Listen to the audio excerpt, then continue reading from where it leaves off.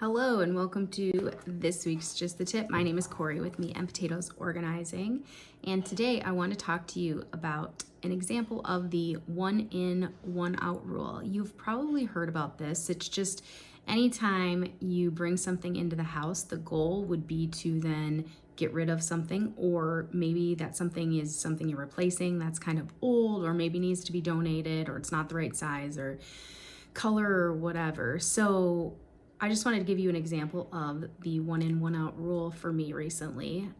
My husband needed a new batch of polo shirts for work, as the other ones were getting a little bit, I don't know, ragged, stinky, what have you.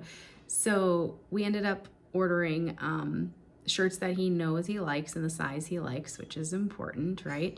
And then with all the polos that came in, we went ahead and donated all the ones that were no longer working for him, and we also threw some away that were just not worth it. So anyway, that's just a quick example of a wardrobe refresh that's super simple. It's a one in, one out, and the closet looks great, and he's able to grab what he needs quickly and efficiently, and he looks good wearing them. So this is your challenge for fall as you are changing out your wardrobe. Remember that one in, one out rule, and let us know how it goes for you in the comments. Would love to hear.